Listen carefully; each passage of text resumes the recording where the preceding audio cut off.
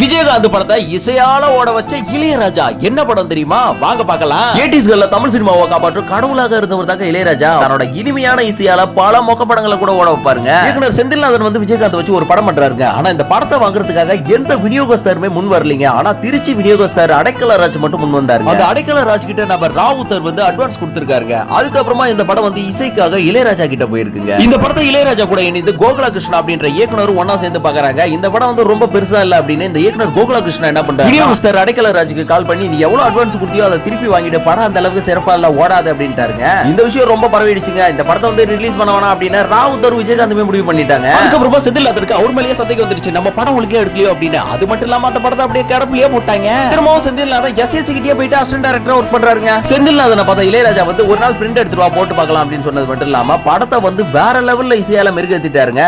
அப்படி உருவான திரைப்படம் தாங்க பூந்தோட்ட காவல்காரன்.